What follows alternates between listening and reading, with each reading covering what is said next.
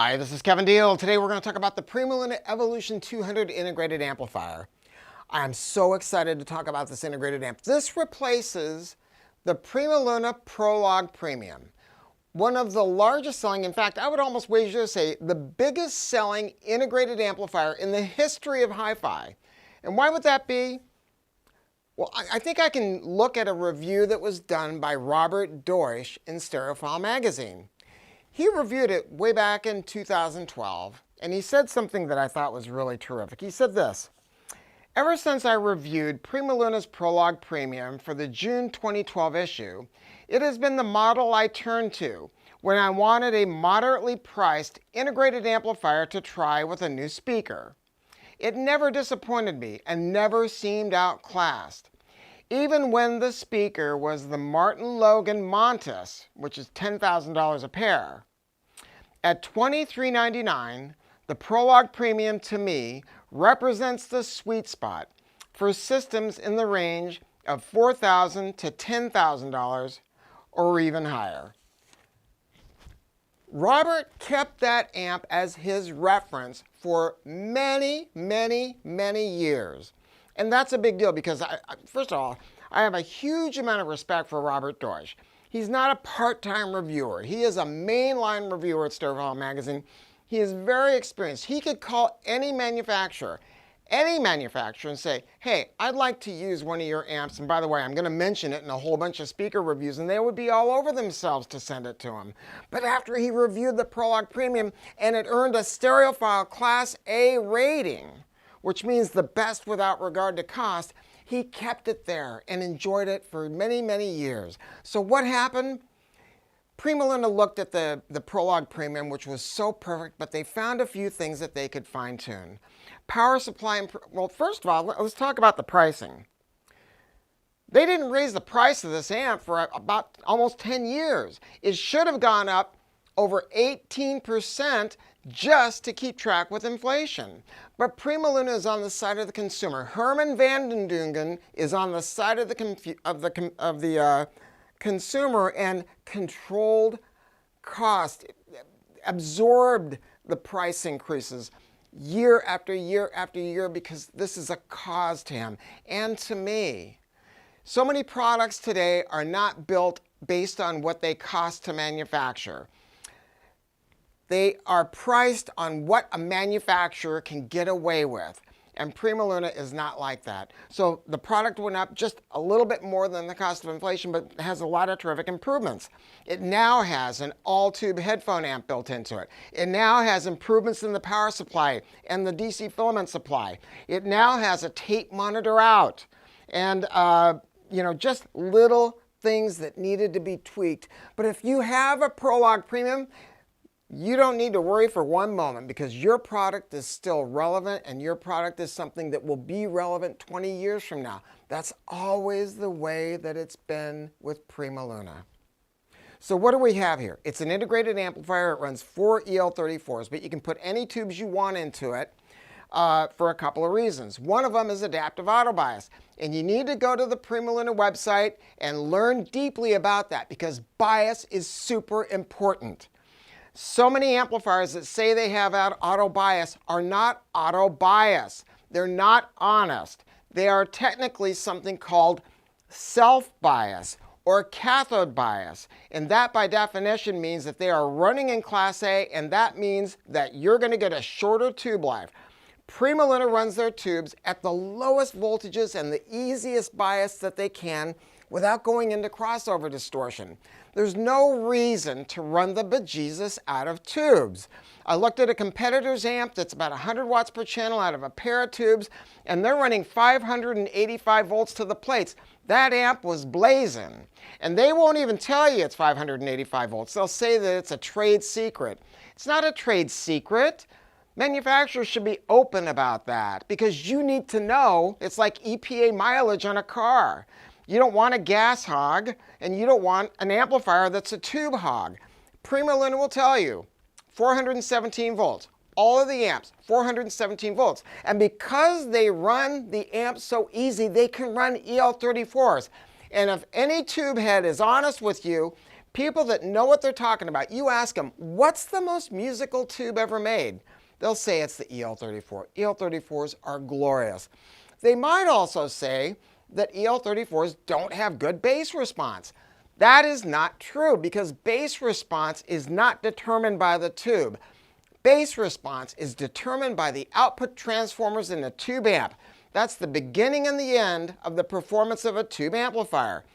Almost every manufacturer on the planet buys their output transformers off the shelf, and they are the most expensive part of an amp.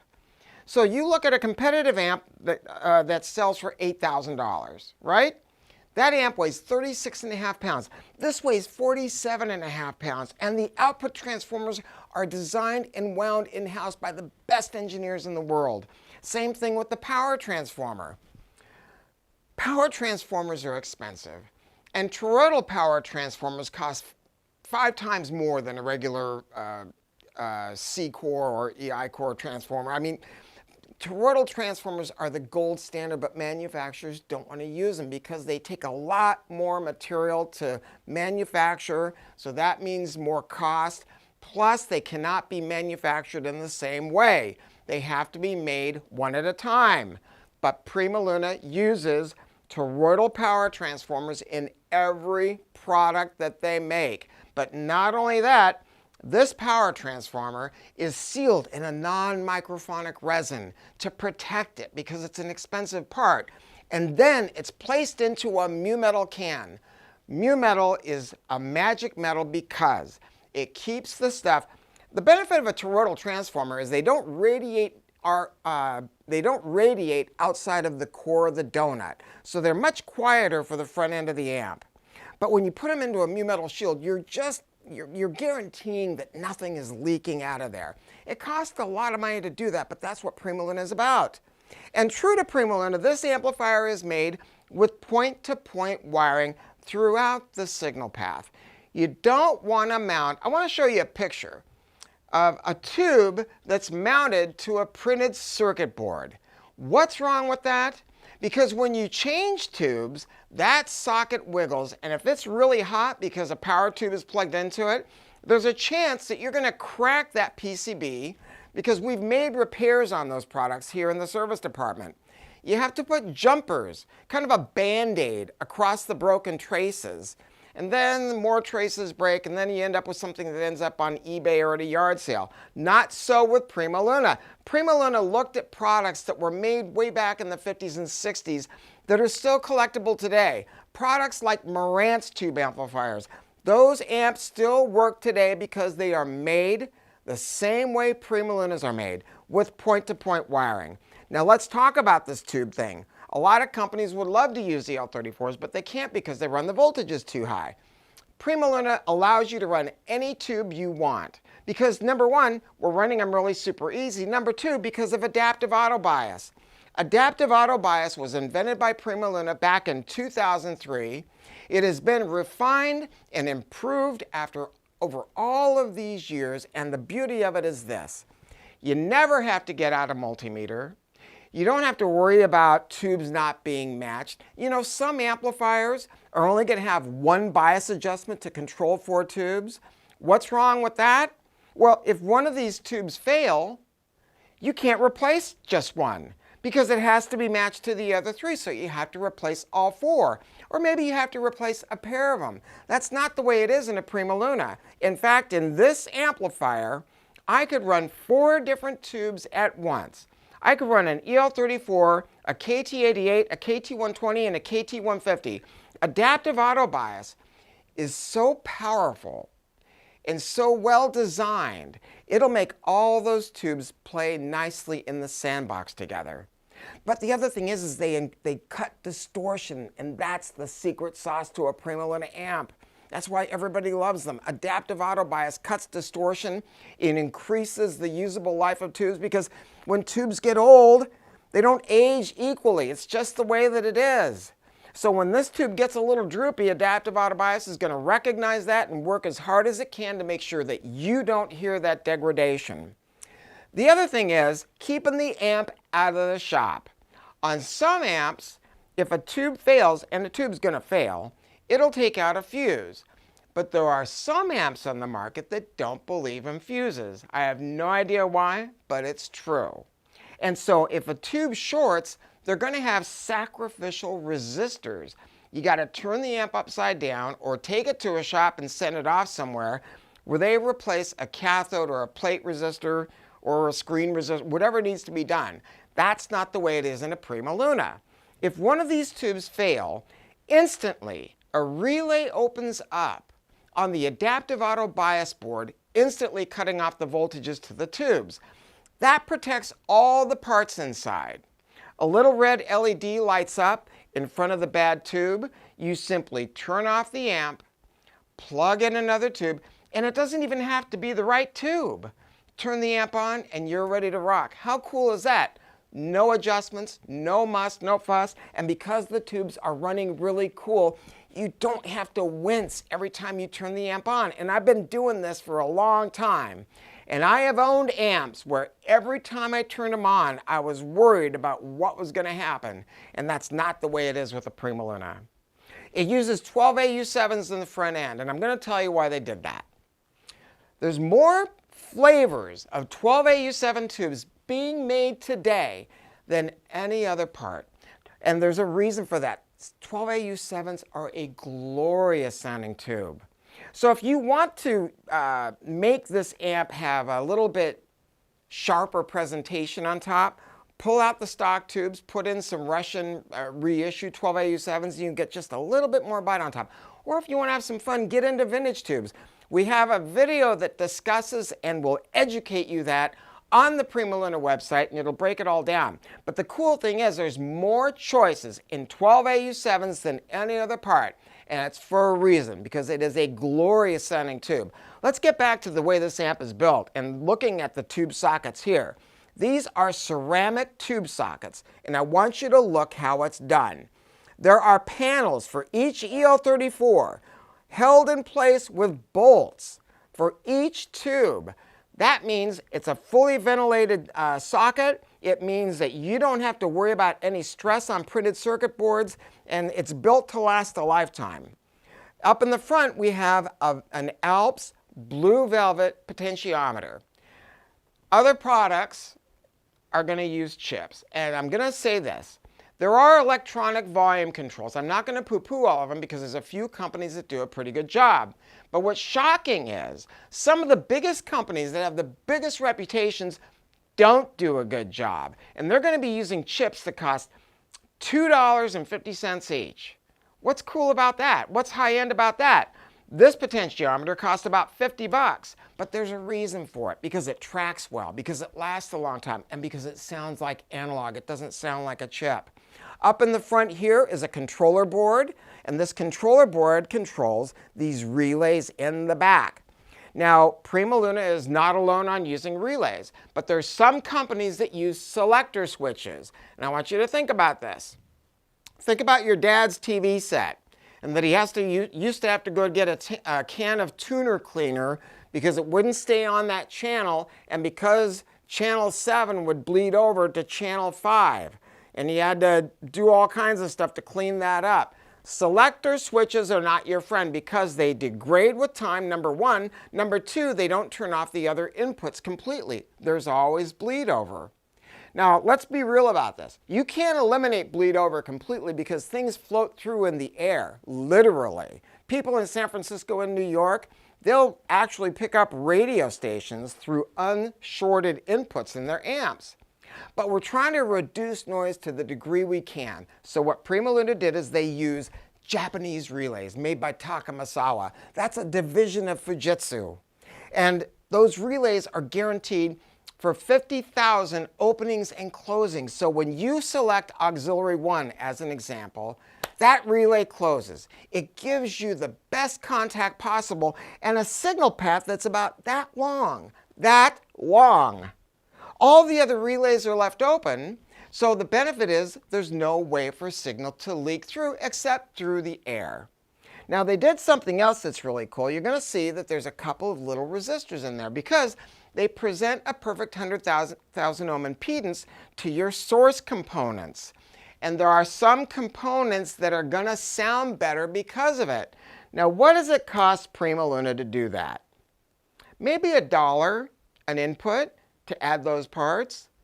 But other manufacturers have got this fine-tuned not to the nearest dollar, to the nearest penny. I've not seen another company do what PrimaLuna has done. There's also a little shield right in front of the relays. So they've done that, again, to protect it from the possibility of any noise getting into these sensitive inputs. Now, you're going to see on the sides there's a couple more relays. That's because of this. This is not just one of the best integrated amps on the market. This is one of the best tube headphone amps on the market. A lot of products that have headphone amps, they achieve it by using just a little op amp. And I got that. I mean, a lot of people wouldn't even know. If you're not a headphone listener, then you're not even going to care. But there are people that buy these amps only to listen to headphones, and I'll tell you why. Because headphones are speakers. They're just little speakers. So the same rules apply. PrimaLuna has the best quality output transformers, so why not take advantage of it? So what they've done is this. There's relays mounted here. When you flip the headphone switch, those relays close and it diverts the sound from the speaker taps to a voltage divider network that drops the power and sends it to the headphone jack. Boom. Now you've got one of the best headphone amps on the planet, all built in for you. And I'm telling you something, it sounds absolutely amazing. You've got a 4 ohm tap and an 8 ohm tap for your loudspeakers. Make sure that you don't use what the speaker says. Keep that in mind. A speaker that says it's an 8 ohm speaker is oftentimes not.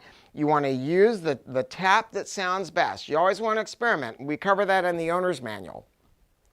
Big Nichicon capacitors, big, beautiful, I mean, it exudes quality. Manufacturers don't encourage their customers to look inside for a reason, because they don't want you to see how ugly it is. But when I look at this, I look at something that is really, really, really worth owning. It comes with a beautiful remote control. The new remote is just a little bit sleeker. It's not one of those tchotchke dollar remotes. I mean, it just shocks me on a high-end product that costs $5,000 that they include little plastic remotes. Look at this. It's machined. It has neoprene rings on the ends to protect your components. Speaking of that, I noticed that on all the new Evolution stuff, they are still using rubber feet, but they put a pad on top of the foot to protect your furniture, because rubber can react with different types of finishes. And that's what I mean. The Dutch people, Herman van den Dungen, they think of details all the time for the consumers. And I gotta say one more thing here. I gotta say something to people that are new to tubes. Talk to somebody that knows what's going on, because so many people that are first-time tube amp buyers, they go, oh yeah, but this is only 36 watts. So, I mean, 20 watts is a ton of power. It is a ton of power. They go, no, I need 100 watts. Why do you need 100 watts? I just do, you know. But if you talk to anybody who is a tube head, they are going to tell you that power is the last thing that you think about. In fact, asking for high power out of a pair of tubes can be a gross mistake on your part, because it means short tube life, it means more shorts, it means service problems. No. Don't worry about that. Get something that runs the tubes easy. Get something that you don't have to worry about and you can just run it every day and have fun with it. So I think I've covered about everything in this amp. I mean, look, the ProLogue Premium, if you own one, party on. You've got something that is absolutely worth owning and worth keeping. But if you don't have a tube amp, do something like this. It's going to fire your imagination. I would rather have this amp at $29.99 over a stack of solid state. And I mean that. If I had to give up my tube system at home, my listening would drop in half, especially for those people that are streaming. And I want to say one more thing. There's a little box on the bottom of the amp that you will notice. It's an empty box for the optional phono stage. So there is an optional moving magnet phonostage. To install it, it requires soldering. Now for me, I'm still a believer in, if you're into vinyl a lot, I think that the phonostage market is super, super competitive. And I think that there's a lot of great choices. It's the one area of this business where I think people are getting some really, really good deals right now. So I kind of like outboard phonostages if you're into analog a bit. However, if you say, hey man, I want to spin some records, I want something that's a moving magnet phonostage and I don't want to have another box around, then get the optional internal phonostage. That's it. PrimaLuna Evolution 200. Go check it out on the website. I promise you, it's going to be something that will rock your world. Thanks.